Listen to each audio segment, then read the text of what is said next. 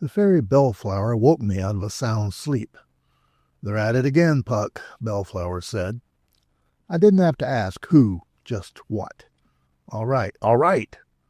I brushed off the vines and cobwebs from my brain, then paused a moment to commit a particularly stimulating dream to memory for later reference. What did Oberon do this time? I knew better than to hope that it was Titania who had started the row. If that had been so, Bellflower would be waking Titania's favorite, not me. "I'm not sure," Bellflower said, her winsome little face scrunched in concentration. "But I think he told her the truth." "Oh, hell," I said, fully awake now. This wasn't like that business with the Indian boy or a harmless bit of infidelity. No, this was serious. "Which truth, Bellflower? Think carefully. This is important." "I'm not sure," she repeated. "I wasn't there for that part. Cowslip was." "Then why didn't Cowslip come get me?" "Because she apparently tried to step between them at one point and got turned into stone. You know how that slows her down." I winced. Sorting out Cowslip was going to take time, and I wasn't sure how much time we had. Where are they now? One went one way and one another. Cowslip hasn't moved, so she's still in the bower near the river. "All right. See if you can find your mistress and calm her down without getting transformed into anything inanimate." "Are you going to find Oberon?" she asked. "I have no doubt he'll summon me soon enough, but I think I'd better have a chat with Mistress Cowslip first." Fortunately for Cowslip, and unfortunately for my nerves, facts weren't the essence of Fairie. It was strange to think about, but despite the glamour and illusion that made up much of the daily life and appearance of our world, the essence of Fairie was truth. I sometimes imagine that truth is just another sort of glamour, since, like glamour and appearance and illusion, truth is much more malleable than fact. I was seeing the proof of that theory now, as I stood in the middle of Queen Titania's favorite riverside bower, and regarded the remarkably lifelike white marble sculpture of the haughty Cowslip. I'd even thought that the sculptor had captured her dainty breasts and dear little upturned nose just perfectly if I didn't know that the figure wasn't a statue at all. The proof of that was the slowly returning color, just a tinge of pink around the cheeks and a hint of the rainbow in her wings, that showed that the statue would soon enough be Cowslip once more. While the fact was that Cowslip had been turned to stone, the truth was that Cowslip's essence was that of a fae, and a simple transmutation into marble was not going to change that. Cowslip was slowly becoming a fae again, a rather annoyed fae to be precise. "Murgle Dob Dospart" was the first thing she said once her lips could move again. "Your tongue's still marble, love," I said. "Speak slower." She glared at me now that her eyes worked well enough to glare at anything. "I said you master is a dog's arse." I tried not to smile. Better. "So what did the dog's arse do?" The pink was returning to the rest of Cowslip's body, albeit even more slowly than it had to her face. By my estimate, she had been stoned for at least an hour, so it was about time. The evening's comfortable twilight would yield to the harsh light of day very soon, and some things simply can't be mended in full light. Cowslip didn't answer right away. First she wiggled her fingers, then her toes, then the rest of her body.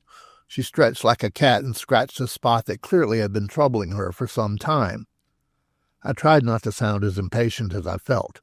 "A bit more delicacy, Mistress Cowslip. There are gentlemen present." "Sod that, and sod you," she snapped. "Bad enough to be turned to stone and have an itch, too. You try it sometime." "Just tell me what happened, please." "Oberon happened, as if you didn't know." Cowslip glared at me as if I were one and the same as my lord. "If I knew," I said, "I wouldn't be asking you. Bellflower said it was something about telling her the truth. Did he really do that?" "Lot of help she was," Cowslip muttered. "Did she stay and help me? No." "Mistress Cowslip, the foundation of our existence is shattering all around us, and you're going on about trifles. You and I both know there was nothing Bellflower could do for you at that point. She was right to find me instead. Will you please come back to the matter at hand?" Cowslip turned up her glare. If she had been the sun, I would have been roasted. "Even if that's true, why should I tell you anything? So you could muddle things up even more? You're just like him. You're all like him." There it was again, as if I needed reminding how uneasy and tentative the alliance between the two great circles of power in the woodland was, and how easy to disrupt, and how thoroughly and quickly discord at the top filtered down to all underneath. It was fortunate that Bellflower had found me quickly, or she probably wouldn't have bothered. Or maybe I was reading too much into it and Cowslip was just cranky. Being stoned for any length of time tended to irritate a person. Cowslip, I humbly apologize for any and all inconveniences. I really want to help, but I can't if you won't tell me what happened. Cowslip's glare dimmed, just a mite, and barely noticeable, but it was something. It's the new moon, Cowslip said. Yes, and? She looked disgusted. Don't you know anything? This is their night, or was. Oberon's time to be with my mistress and she with him. New beginnings and such. She had been preparing for days. Don't ask me why. It's too much bother for not much reward, in my experience. Since I was part of Cowslip's experience, it was hard not to take such remarks personally. But rising to obvious bait only got one gaffed. And Oberon insulted my mistress's gown. I blinked. That's it? She just stared at me for a moment in what I assumed was disbelief. Well, I answered your question, and to be fair, you just answered mine, Cowslip said finally. You really don't know anything, do you? She spread her delicate wings and flew away like an indignant wasp. I half expected her to come back and sting me for good measure. There was no one else there now that Cowslip had resumed her flesh and made her rather stormy exit. There were no pleasure boats on the river, no songs from the trees, no voices of any kind. Even the crickets were quiet. The entire woodland seemed both sullen and sulky. I looked past all that toward the boundaries of Fairie and then beyond.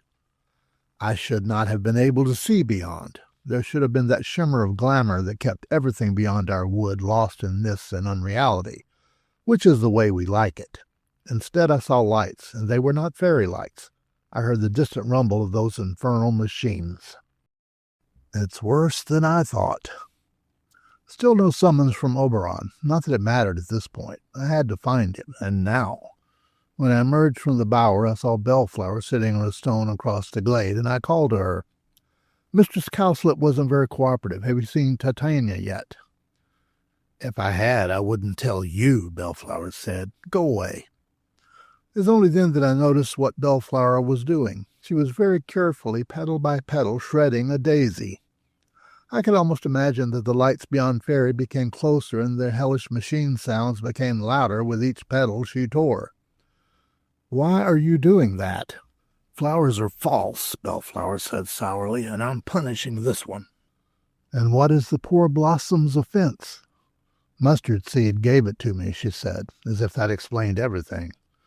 Yet I know what he's really up to. It won't work. You tell him I said so when you see him. Of course, I said, backing away slowly. So now Bellflower was affected too. I should have known, but I'd never seen the discord spread so fast before. Well, Mustard Seed was a friend of mine, and normally I would have sought him out to warn him of Bellflower's mood. But right now he was on his own. I had to find the king. Immediately wouldn't be too soon. But still there was no summons, and I didn't know where he was. Think, Sprite. You just had a row with your lady. Where do you go from there? I did think, and then I knew, and then I was gone, faster than that proverbial Tartar's arrow ever dreamed. Oberon and Titania were both symbolically and spiritually linked, and both were prisoners of this fact, slaves to their natures, as indeed we all were. As above, so below. Yet the mirror of their joined natures is not a perfect one. For instance, when Titania rages, Oberon mopes, and so do all the fae of his circle. I could feel the deep melancholy myself. It was only a strong sense of purpose that kept me from slinking off to find my own hidden place to pine and think sad thoughts. There was nothing at all stopping Oberon. At the moment the King of Fairie was in a mope of classic proportions. Obvious even with his back turned squarely to his realm, as indeed his back was so turned to me. Go away, Puck, he said. King Oberon sat in his favorite spot for such activity, a rocky outcropping near the boundaries of our world. Even for a sprite like me, it was a bit of a stroll to get there, and when I did, there was Oberon staring off into space, or at least would have been, had the boundary been solidly in place, and not leaking all over. Beyond the failing haze of glamour, there was a kaleidoscope of sights, sounds, and smells, none of which belonged in Fairie. Your Majesty, don't you see what's happening? He still didn't look at me. I already knew it was the end of the world. You think I'd need these strange sights and portents to convince me of that? Then you know why it's happening. I wasn't able to get a coherent story out of either Bellflower or Cowslip, and I thought perhaps asking Queen Titania might not be the wisest course right now. If you tell me what happened, Majesty, perhaps I can help. Oberon just sighed, and the very trees began to drop their leaves in sympathy. That's just it. I have no idea. Cowslip said that you insulted Queen Titania's new gown. What? The leaves stopped dropping. Now King Oberon did turn and look at me, the area around the base of his horns blushing pink with indignation. I did no such thing, he said, his melancholy forgotten, at least for the moment. I bowed. Nor did I accuse you, Majesty, certainly not. If that was what I was told. For my better understanding, perhaps you would tell me what it was you actually did say. Oberon frowned. All I said was that the gown didn't suit her. Oh, is that all? No bloody wonder Her Majesty had gone wilding. And why did you say that, my liege? You knew it wasn't the answer she expected or wanted. The king nodded. I know. In either case, I did not mean to insult her gown, and probably what I should have said was that it didn't do her justice.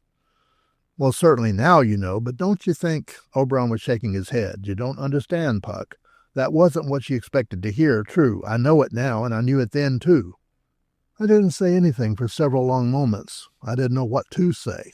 Something like, oh, I see, you wanted the world to end, or some such, seemed so inadequate. It was Oberon who broke the silence. Puck, don't you get the least bit tired of living in a world that is a fabric of lies? Don't you want to, every now and then, tell the plain truth? I know I should have said, your gown is stunning, my love, or something near it. Yet I said what I said because it's the simple truth. That gown did not suit her. No gown could. I have seen Titania in all her bare glory, and frankly, compared to that, a gown of sunlight and moonbeams is pretty much redundant. Yes, well, if you'd explained that, my liege. He brushed that aside. I'd still have insulted her gown, and she wouldn't still be furious with me, though perhaps not quite as furious as she is now. But I'm not sorry I did it, Puck. I had to tell the truth this time, nor was I wrong to do so. All I could do was sigh. Children. I was dealing with children. You'd think after a few millennia I'd remember this. Majesty, with all due respect, you are mistaken. The king stopped moping long enough to scowl. Do not forget yourself, Puck Robin. There was a bit of the old fire in the king's eyes, just a bit, but enough. I could work with that. I forget nothing, Majesty, try as I might. You are the king of Fairie, for that is your nature, and such that you can be nothing else. Yet so I am Puck. I was Puck when the continents separated. I was Puck when the glaciers did their slow dance across the entire world. And I am Puck now that all that we are is encased in this small globe beset on all sides by the modern world and shivering like a bubble of sea foam. As such, I will do Puck's duty to his liege. Look beyond where our borders shake and tell me what you see. Oberon glared at me, but he did as I asked. I see lights and buildings and strange chariots. I see smoke and fire and things I do not understand. I nodded. Precisely. What you are seeing, Majesty Liege, are the facts.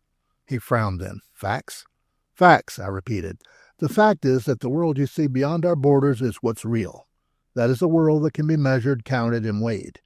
A world of facts, unlike Fairie, which has none of these properties.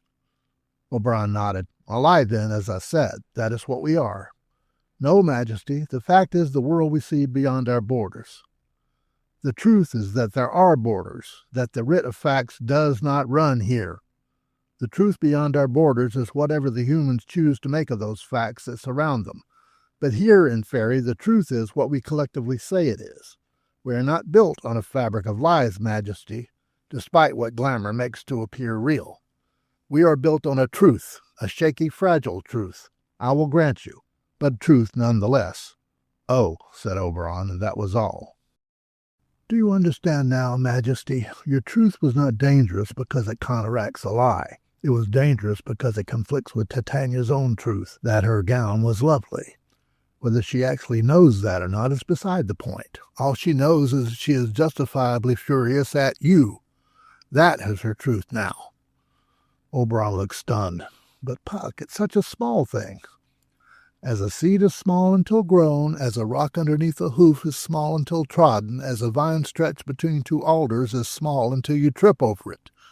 When Titania's truth and your truth collided, all our truths were put in disarray, including the one that matters most to us, the existence of Fairie. For that one truth to hold, we need peace and harmony between the rod and the spindle. I do not forget myself or my place, Majesty. I merely remind you of yours.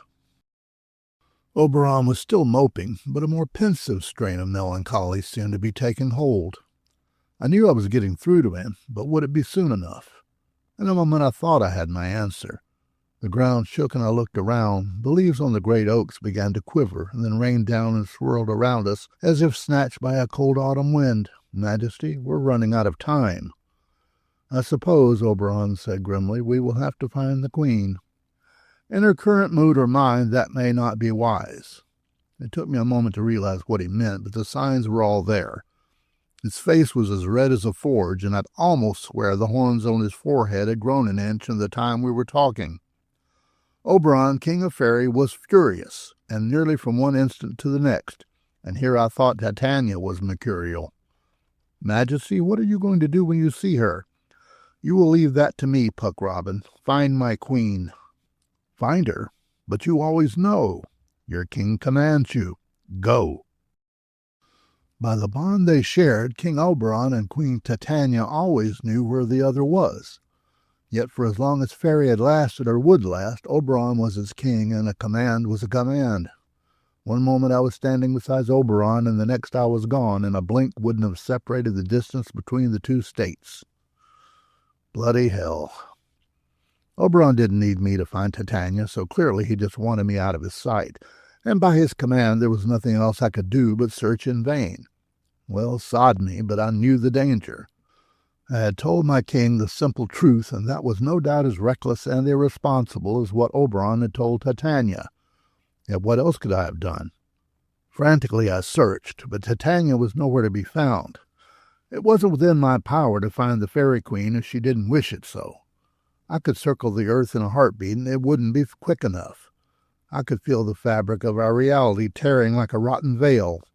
Soon the real world would rush in, and once that happened, there would be no way on heaven or earth to push it out again. Don't you ever get least bit weary of living in a world that is nothing but a fabric of lies?